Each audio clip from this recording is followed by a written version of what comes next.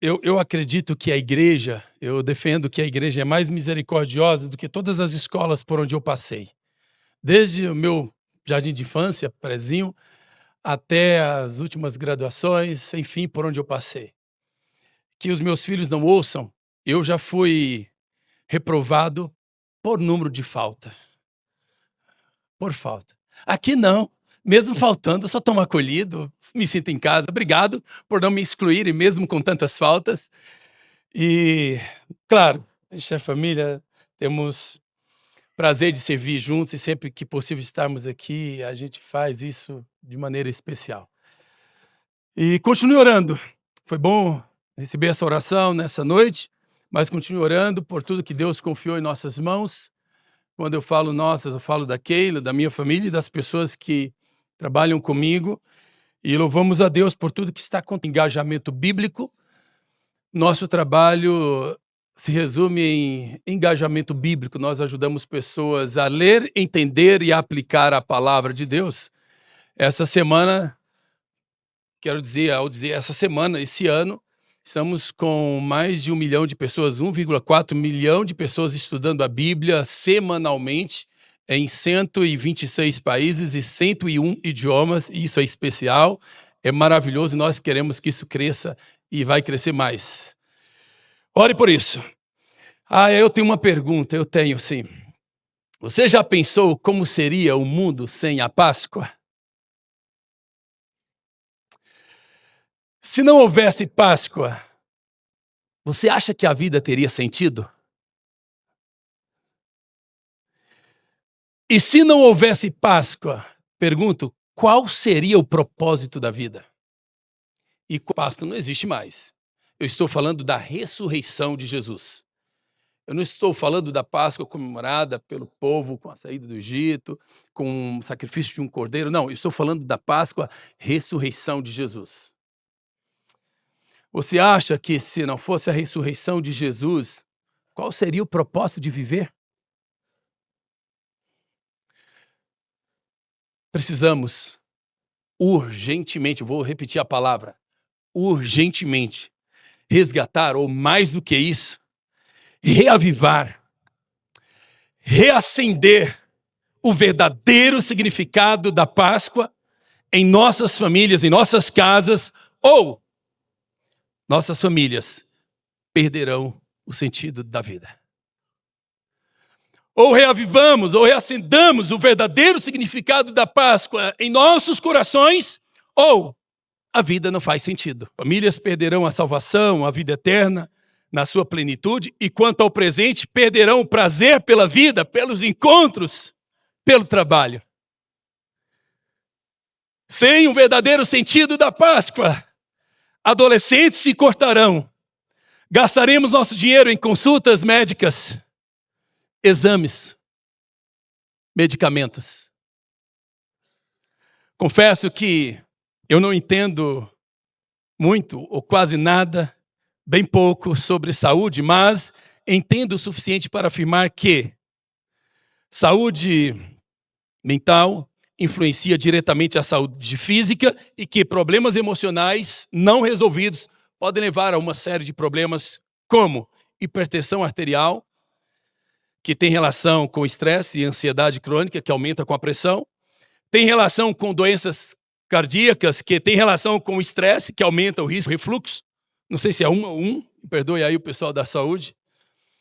E isso tem relação com ansiedade e a tensão, que causa aumento de ácido estomacal. E como dizia Tião Carreiro e Pardinho, para quem gosta de música raiz, uma coisa puxa a outra. E o que isso tem a ver com a Páscoa? O que isso tem a ver? O que isso tem a ver é que a Páscoa é esperança. Repito, a Páscoa é esperança. E a falta de uma esperança viva, verdadeira, segura, causa culpa, medo, insegurança, que causa complicações mentais e comportamentais. Repito, depressão, ansiedade generalizada, ataques de pânico, transtorno de sono, e daí os transtornos alimentares e as gastrites, problemas cardíacos e por aí vai.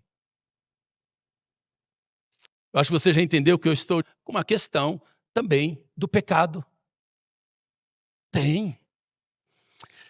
Eu sei que pode ser polêmico para alguns, mas eu estou dizendo, e o que eu estou dizendo é o que diversos teólogos, desde os mais clássicos, como Agostinho de Hipona, Calvino, Jonathan Edwards, ou talvez, por que não, posso citar aqui os mais atuais, como Piper, Grudem e outros, concordam. Eles concordam que todas essas doenças emocionais ou físicas estão ligadas ao pecado. Ou seja, é claro, nem sempre aos pecados pessoais, mas ao pecado original, o pecado que entrou no Jardim do Éden. Desde quando o pecado entrou no Jardim do Éden, o mundo nunca mais foi o mesmo. E por isso, sim, as doenças têm relação ou têm relações com o mundo caído, o mundo quebrado, esse mundo doente e adoentado e adoentando. Cura para esse mundo doente e conserto para esse mundo quebrado chama-se Páscoa ou ressurreição de Jesus. Por favor, abra sua Bíblia, 1 Coríntios capítulo 15, a partir do 17. Primeira carta de Paulo aos Coríntios, 15, 17. O texto vai dizer o seguinte: e se Cristo, é isso mesmo, começa com a condicional. E se Cristo não ressuscitou, é vã a fé que vocês têm. E vocês ainda permanecem em seus pecados. Os que adormeceram em Cristo estão perdidos. Ou seja, morreram apenas a essa vida, somos as pessoas mais infelizes deste mundo. Olha só. Se esperarmos de Deus somente nessa vida, seremos os mais infelizes, depressivos. Não faz sentido. Se esperamos de Deus somente nessa vida, seremos bons candidatos a essas todas doenças que eu citei. Sim, tem uma relação muito, muito, muito próxima. Mas, de fato, Cristo ressuscitou, versículo 20, dentre os mortos, sendo as primícias dentre aqueles que dormem. Esse se Cristo ressuscitou, usado por Paulo, observa, se Cristo ressuscitou, não é uma dúvida. Claro que às vezes essa palavra ela sugere, mas é uma colocação condicional que afirma uma realidade já assumida. Ou seja, uma condicional afirmativa usada para explorar uma consequência de um fato indiscutível. E o fato indiscutível que Paulo está tratando é: Jesus ressuscitou. Isso é indiscutível. Paulo está usando uma condicional para dizer: sim, Jesus está vivo. Ele ressuscitou. Jesus vive.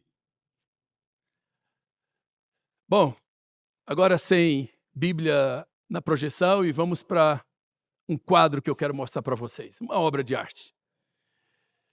Eu penso que eu tinha 14 anos. Isso faz pelo menos 30 anos. Quando eu vi esse quadro, Jesus ressuscitou, e eu peço que o pessoal da projeção ressuscite em nome de Jesus. Vai ressuscitar.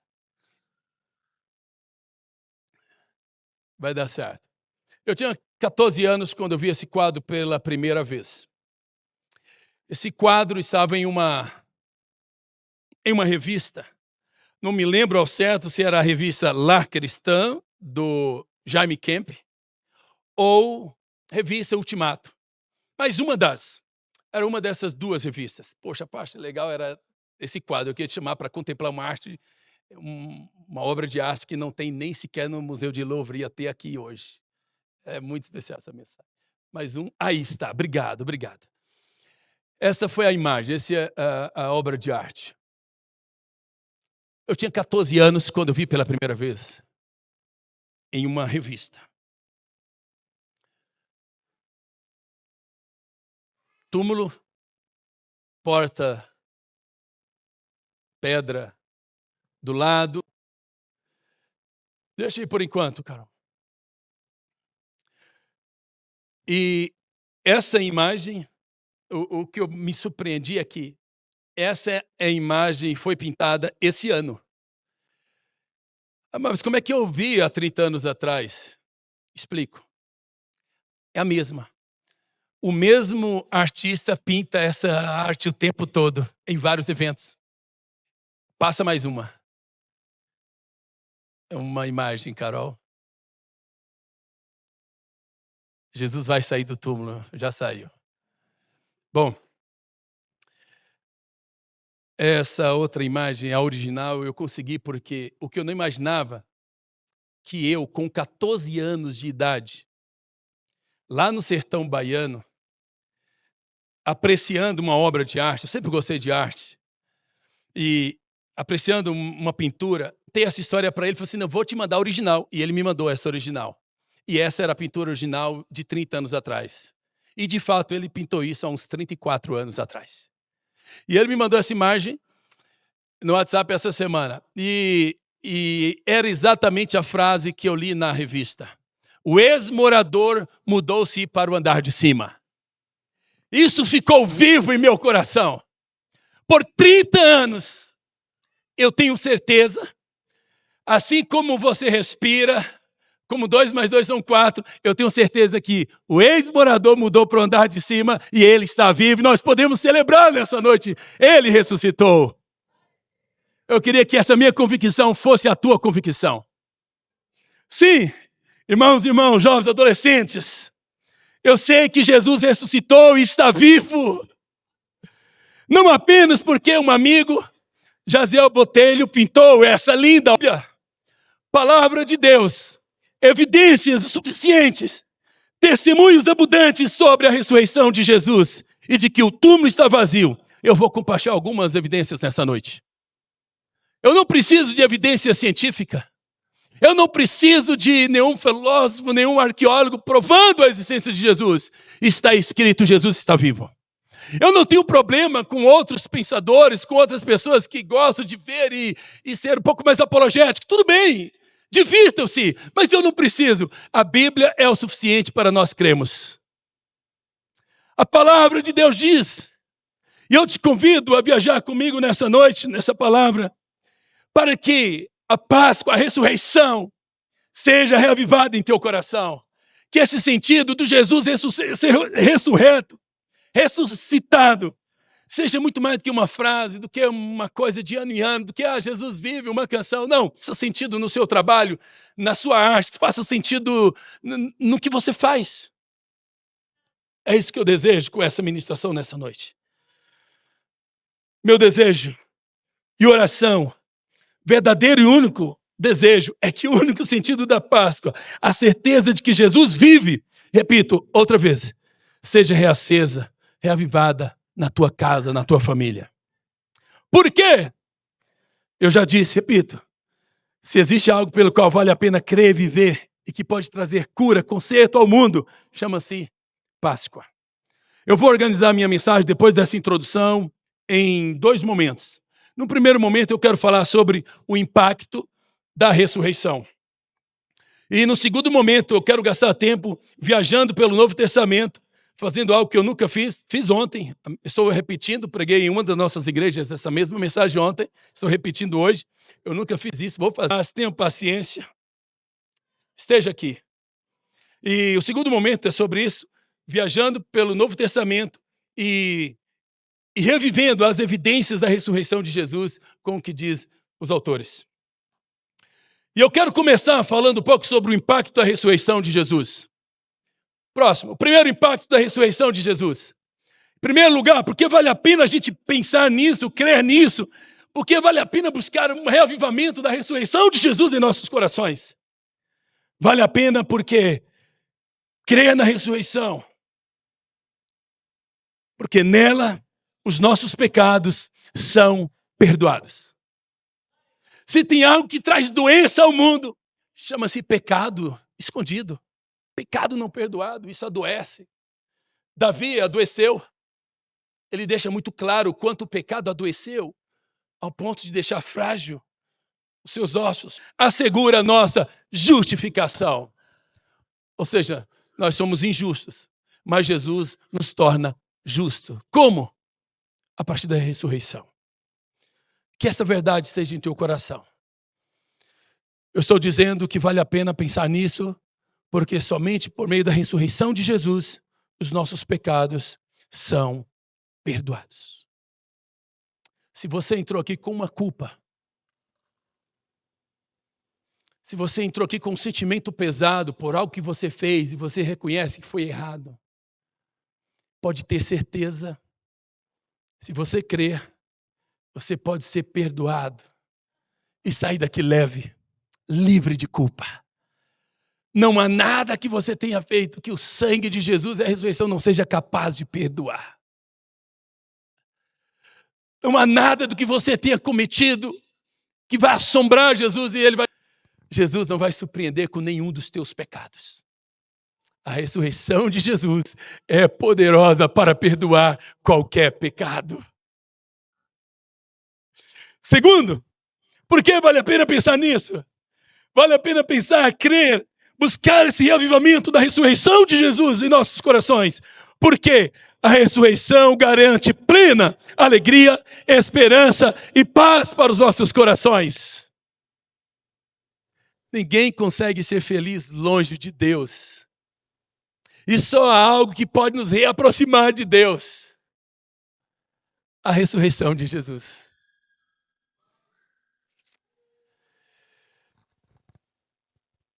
Não tem como você ser feliz longe de Deus.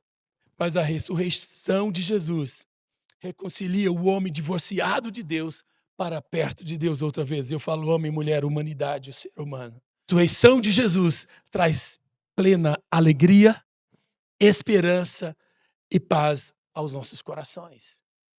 Por que traz alegria? Porque a alegria passa a ser algo muito mais do que o que vivemos em um curto momento de vida. Passa a ser o que faz sentido para a nossa vida. A alegria passa além do que pensamos de ser algo que vai nos alegrar, mas é sobre algo que já nos alegrou. E é por isso que Paulo escreve, e essa palavra aparece por 14 vezes em Filipenses: alegrai-vos no Senhor. Deixa eu falar para quem não está muito familiarizado com Paulo, Filipenses. Ele estava preso injustamente, e ele disse: eu estou preso, mas a palavra não. E a palavra chega ao teu coração e diz: alegrai no Senhor. Somente quem entende o sentido da vida conheceu Jesus. E por que esperança? Porque essa esperança não é a esperança que o mundo diz. Você vai conseguir, faça isso 7 vezes, vai dar certo. Você vai terminar a faculdade, vai conseguir isso. Está sempre dependendo de algo que você tem que fazer.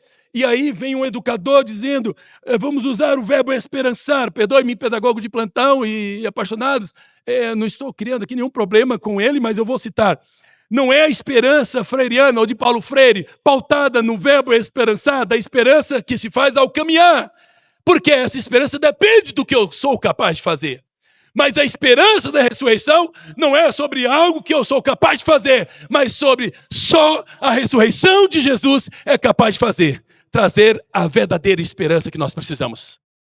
Não é uma esperança que você constrói, é a esperança que encontramos somente na ressurreição de Jesus. Acho que estamos resolvidos sobre Neymar, a isso, aquilo, cor da camisa, enfim.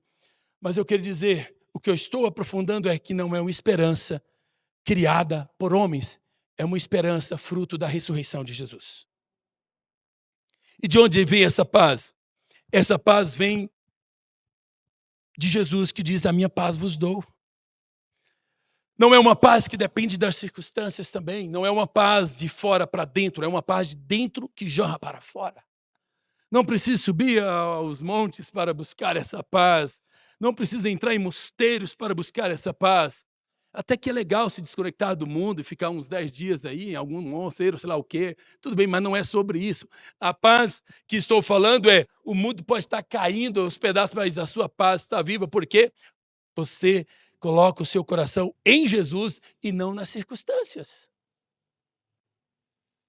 Que ela, em primeiro lugar, a garantia do perdão dos nossos pecados, ela é a garantida a plena alegria, esperança e paz, e agora ela assegura a nossa ressurreição. Ela nos sinaliza que a morte não é o fim, o túmulo não é o fim, não é o fim. Eu tenho uma história maravilhosa para contar, mas eu já estou preocupado porque o relógio não era para estar marcando 20:19 nesse momento da mensagem. Era para estar marcando, era para estar mais à frente. Mas eu me lembro, permita-me, eu me lembro de um voo de Campinas para Brasília e era mais ou menos aí previsto para 7 da noite o pouso em Brasília. E eu estava tranquilo porque eu teria uma oportunidade de chegar em casa, tomar um banho e pegar um outro voo no dia seguinte para uma outra viagem. Ouço a voz, atenção, passageiros, nosso voo previsto para pousar em Brasília não será possível. Nos direcionaremos, acho que assim, para Goiânia e providenciaremos para que todos cheguem até Brasília e novas informações, aguardem. Vamos para Goiânia. Atenção, passageiros, o aeroporto de Goiânia também está fechado para pouso. Vamos para Belo Horizonte, depois atualizaremos com novas informações. E aí depois, terceira, senhores passageiros, é obrigação esse aviso. Não temos combustível suficiente até Belo Horizonte. Tentaremos um pouso forçado em Uberlândia. Silêncio. Dos anúncios, desespero dos passageiros. E eu sento na minha suave, tranquila e favorável, e pessoas dizem, não tem para onde ir, eu vou subir de qualquer jeito. De qualquer jeito. Se ele descer, eu vou subir. Se ele ficar aqui, eu vou subir de qualquer jeito. E aí uma outra pessoa virou para trás. Você é evangélico? Sim, eu também sou. Obrigado por me lembrar isso. E eu fiquei muito tranquilo. Muito tranquilo. Na certeza de que se aquele voo não chega em paz em algum lugar, ou chega no chão em pedaço, não sei o que vai acontecer. Eu tinha e tenho a plena certeza que o piloto dos pilotos tem um lugar preparado para mim. Porque eu creio na ressurreição. Eu creio no túmulo vazio. E eu te convido a caminhar com essa convicção de que a morte não é o nosso último. O que eu falei aqui? Não é o fim. Quando foi no velório do pai, não, foi o pai ou a mãe do Charles em Valparaíso, como é que é? Você chegou no seu destino final. Eu falei, sabe de nada? Meu destino final não é aqui, meu destino final é o céu. Isso aqui não é o nosso destino final. Eu sou empolgado demais. Vamos para o quarto. Em terceiro lugar, terceiro lugar, vale a pena crer na ressurreição. Por quê? A ressurreição de Cristo não foi simplesmente, olha que profundo isso, não foi simplesmente um retorno da morte. Por exemplo, como foi com Lázaro, morreu, ressuscitou.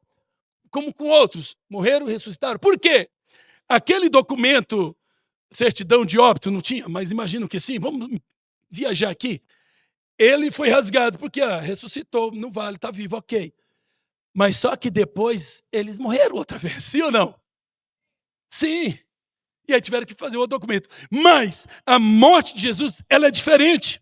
Em vez disso, quando Jesus ressuscita dos mortos, tornou-se o segundo primícias, um novo tipo de vida. É um novo tipo de ressurreição, é diferente do primeiro.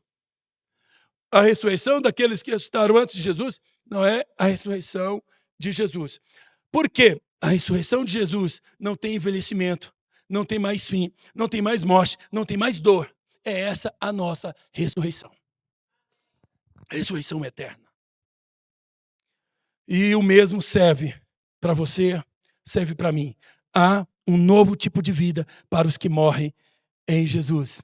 Igualmente, todos teremos o nosso corpo ressurreto e perfeito. Amém? Bom, aqui eu chego no segundo momento da mensagem. Eu vou começar esse segundo momento e vamos aonde chega, o que dá para fazer. Quais são as evidências da ressurreição de Jesus? Bom, Kelly e eu estivemos em Israel por alguns dias, em um casamento, eu estava esperando o vinho acabar para ver se ia acontecer alguma coisa. Não, brincadeira.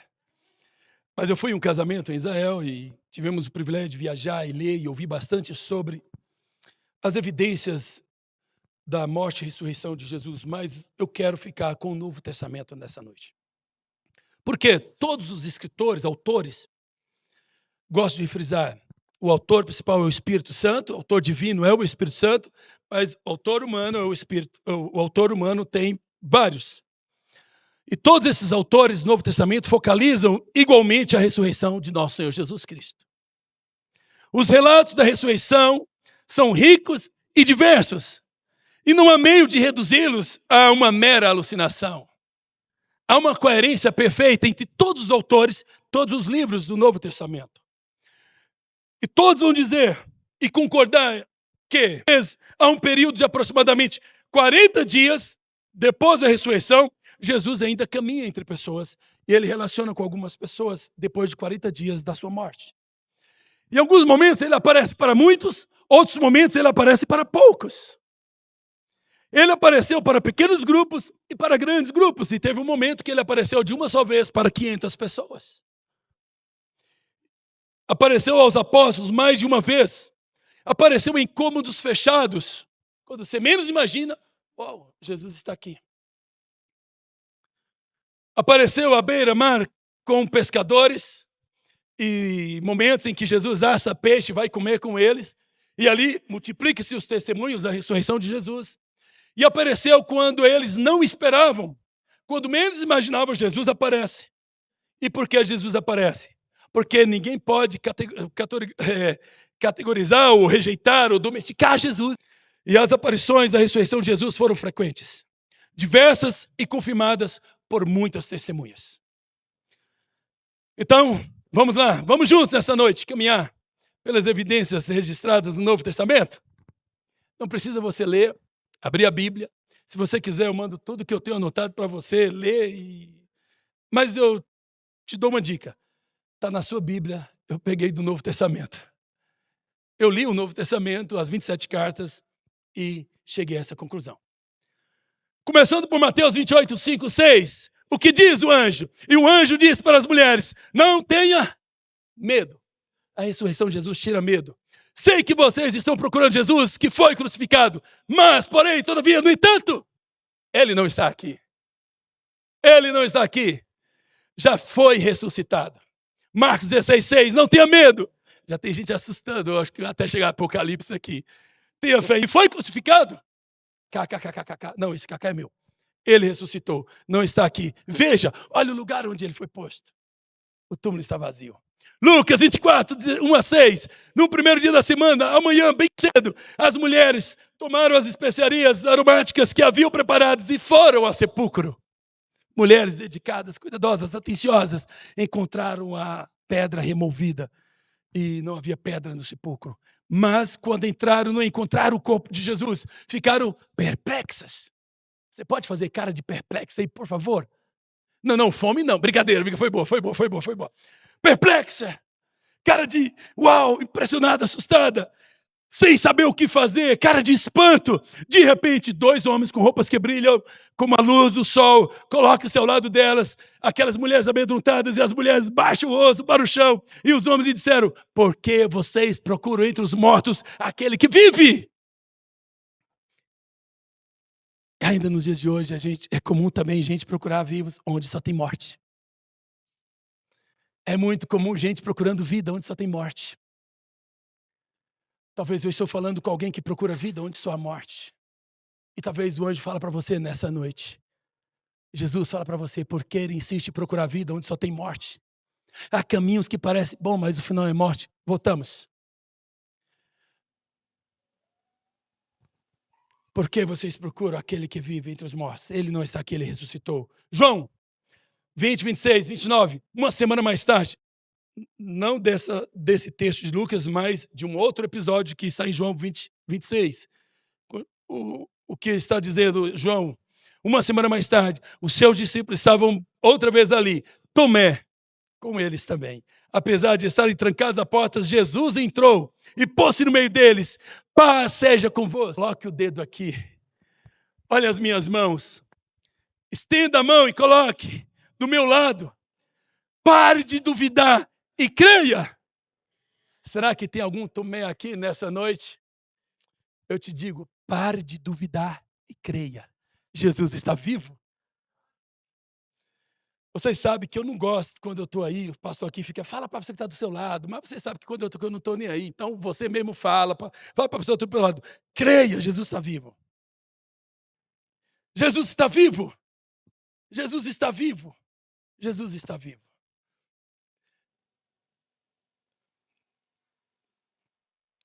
Disse-lhe Tomé, Senhor meu e Deus meu.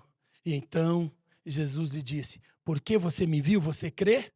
Felizes os que não viram e creram. Feliz é você que veio aqui nessa noite na IBN, que não viu, mas crê. Nós cremos. Eu poderia viajar um pouco mais, mas eu penso que o tempo nos convida a dar uma pausa.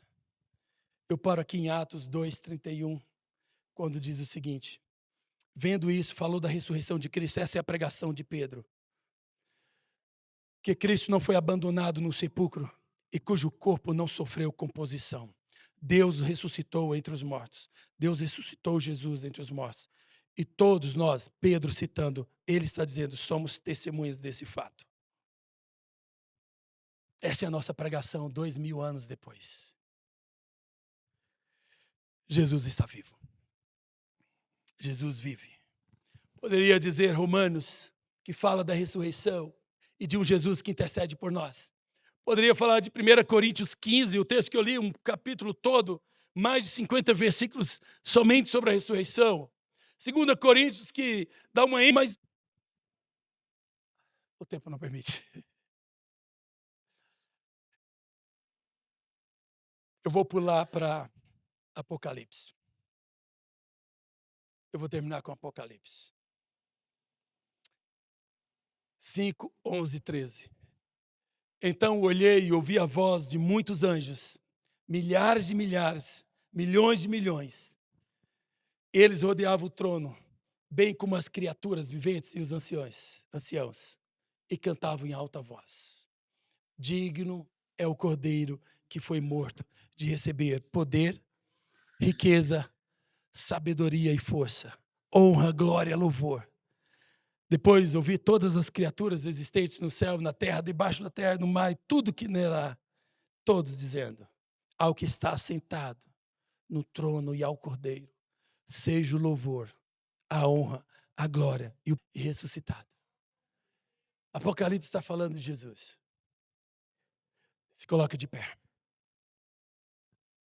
Túmulo vazio, corações cheios. Cheios de vida. Cheios da graça de Deus. Cheios do poder de Deus. Túmulo vazio. Homens e mulheres encorajados. Túmulo vazio. Pessoas saradas. Túmulo vazio. Famílias cheias da alegria. Túmulo vazio. Casas cheias da presença de Deus. Túmulo vazio. Famílias cheias de esperança. Túmulo vazio. Corações cheios de sentido para viver. E outra vez com o Apocalipse. Ao que venceu a morte, deixou o túmulo, abandonou o túmulo, a honra, a glória e o poder pelos séculos dos séculos.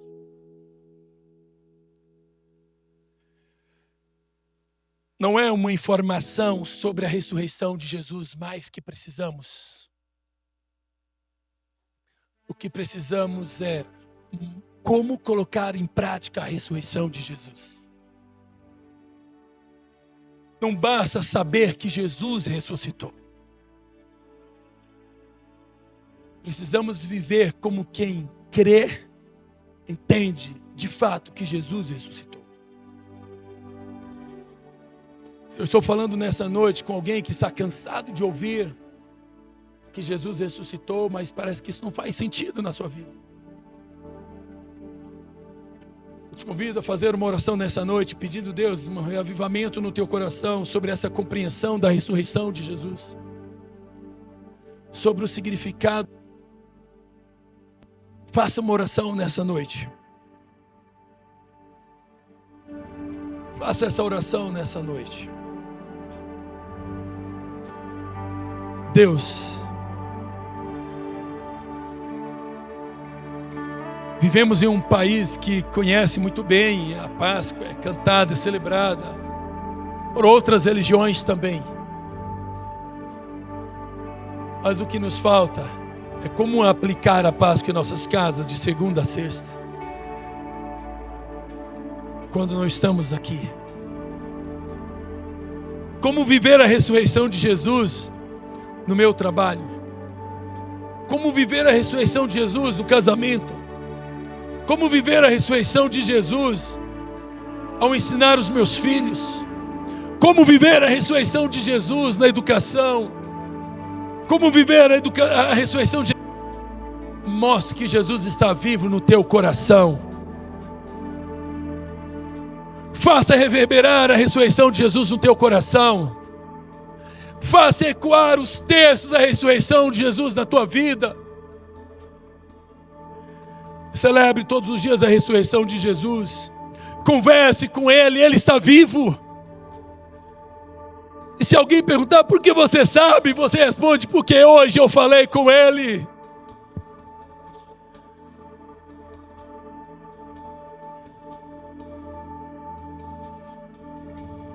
Viva a ressurreição de Jesus todos os dias.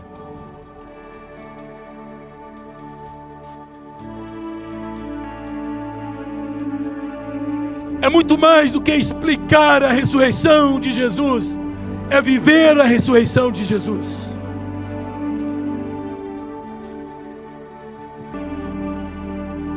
Essa palavra faça sentido para o teu coração e comece a relacionar com Jesus vivo, um Jesus presente, um Jesus que é amigo, um Jesus que te acompanha todos os dias.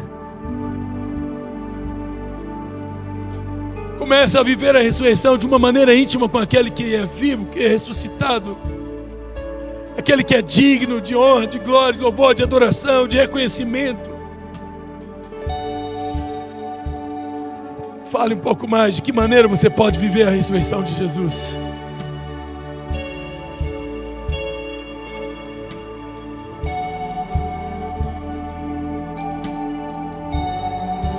Viva a ressurreição de Jesus de uma maneira que a tua fé seja muito mais do que uma fé histórica, mas que seja uma fé, se a Bíblia, mas alguém que viva a palavra que revela esse Cristo ressurreto, Cristo ressuscitado. Eu te convido a viver com Ele, te convido a andar com Ele todos os dias, a conhecer mais esse Jesus que está vivo. A palavra que aparece em Filipenses sobre o Cristo ressuscitado é Paulo dizendo: quero que vocês conheçam mais esse Cristo. E eu termino dizendo: quero que vocês conheçam mais esse Cristo.